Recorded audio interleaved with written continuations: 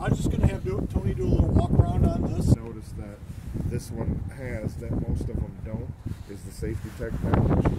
And the coolest part is you can easily tell when you just glance at it, because that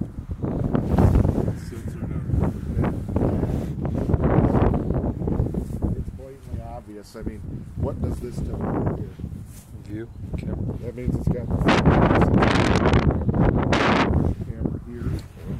There's one here on each mirror, and there's one in the back, so it provides a view all the way around the car instead of just front or rear. Okay, so when you're backing in, you can actually see the cars on both sides of you with the rear view camera, because it shows all the way around the car, which is nice. All right, real quick, Tony, just a scenario for you, so as you're doing that, you have something to work with.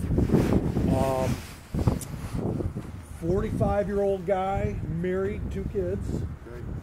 18-year-old kid, 16-year-old kid. One kid's in college locally. The other kid's in high school, plays travel, lacrosse.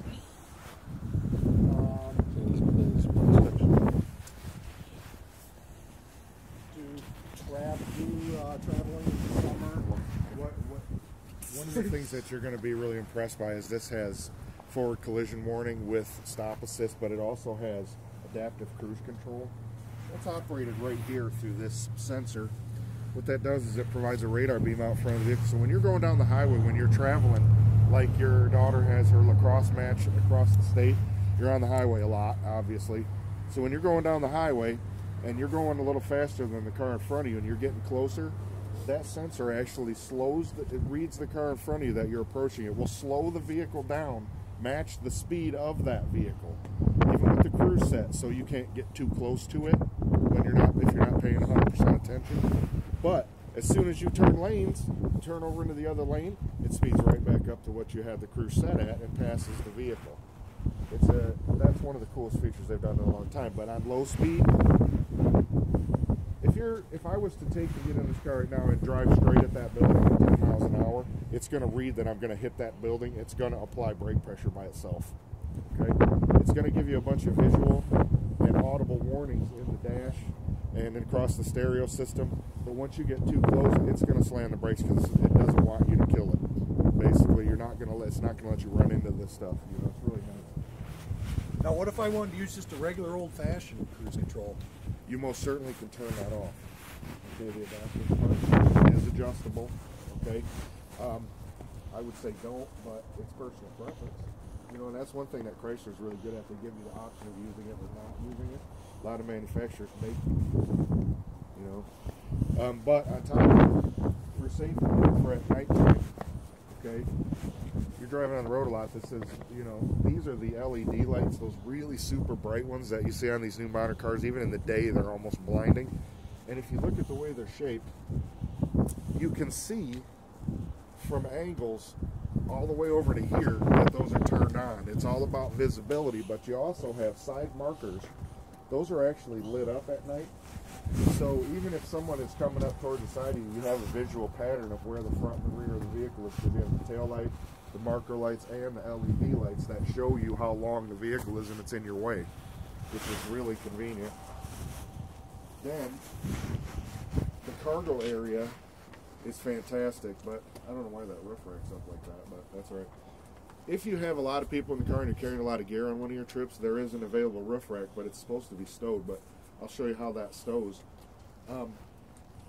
It'll hold up to 150 pounds, so you get one of those roof carriers and put all your lacrosse gear or whatever the case may be, or your fishing gear in there, so it doesn't take up the cabin space, you know, and you and your buddies can go fishing and not be having, you know, lures get stuck in your ear, because I've had that happen, seriously.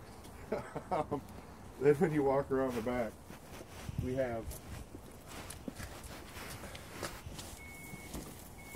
a power lift gate.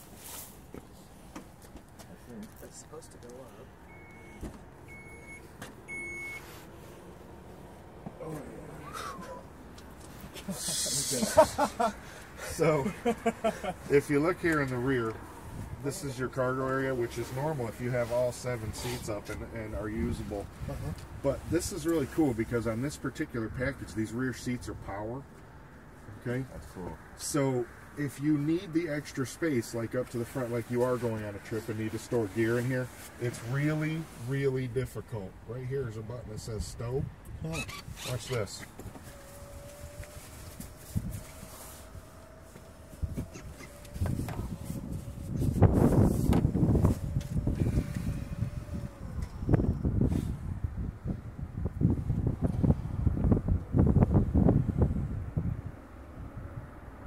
It doesn't get much easier than that, okay? But the coolest part also is because this is a split rear seat, sometimes you only need a little bit here. We have the option right here of adjusting one or the other or both at the same time.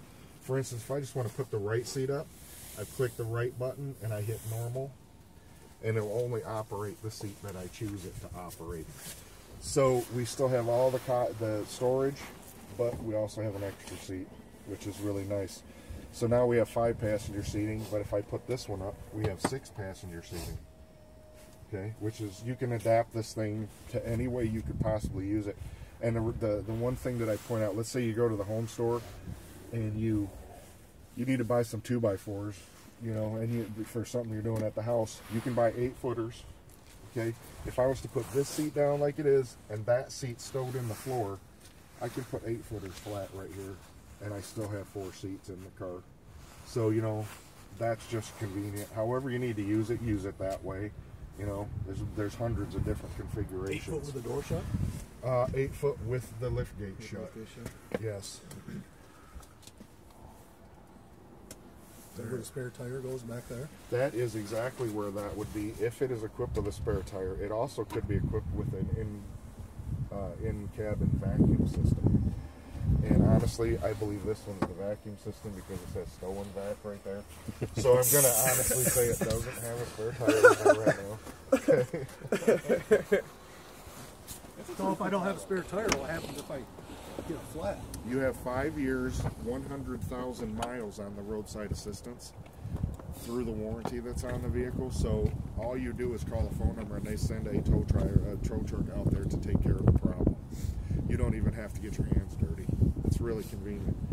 Now, this is kind of new too on the Stow and Go. The previous models, the one thing that I really was annoying was you had to take the seat in front of the one you wanted to stow. You had to slide it all the way to the front, tilt it up as far as you could to get it out of the way so that you could open the door.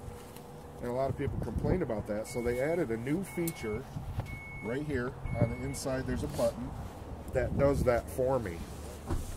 Okay, so it pushes it all the way up, all the way out, and gets it out of the way as much as possible. Another thing that was a complaint about the older ones was that you had to stand here and hold the door open to put the seat in. Yeah. They eliminated that. It stays open by itself. What about the carpet? The carpets are now attached, so they stay on there so that we don't have to mess with that. Nice. Okay. The other thing is that the Stow and Go is different. They used to flip over and you kind of had to manhandle them. Yep. It doesn't work like that anymore. You pull this strap and then you just push it out.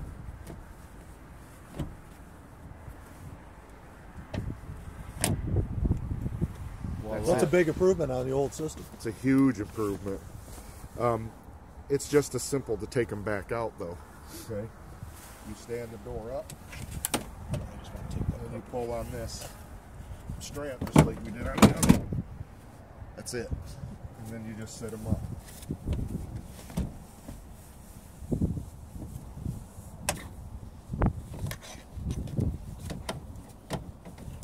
And how do I get in the back seat? Back seat, actually, you can actually use the Stow and Go feature on this seat without folding it into the floor. Okay, tell. It's really interesting. It's as simple as it can get, and now a car seat in there. It will do it with the car seat on it. Okay, which is super convenient because Which you don't want to leverage? leave the kid in there, but I'm saying if you have a car seat strapped in, you don't have to take it out because it will. It just won't fold the back down. Okay, so it'll stay the back up, but you still have the opening to get into the seat. And all you have to do... So on the old Stow and Goes, you used to have to take that car seat out? Or? You did. or you had to walk around it and try to cram yourself between the front seat and the car seat, which was really a difficult procedure. So after I get done with the stow and go, I push my button again down here, and it goes right back to the position that the seat was set at before I moved it. That's as convenient as it gets because it doesn't take any effort whatsoever. All the doors are power. Okay, so, and I've done this. Let's say you're going on one of your fishing trips and you did put your rods in the car, but you go to close the door and one of the tips is sticking out. I've actually did that twice. Snap the tip off. These are actually designed to not put enough pressure to where it's going to even break a number 2 pencil, so it won't snap your rods or anything along those lines, which is really convenient. Okay. The biggest reason that I point that out is if you have smaller kids in the van for some reason. I know yours are older, but because eventually you're going to have grandkids. Sorry. It's going to happen. It's going to happen. It won't snap anybody's fingers or anything along those lines. Okay.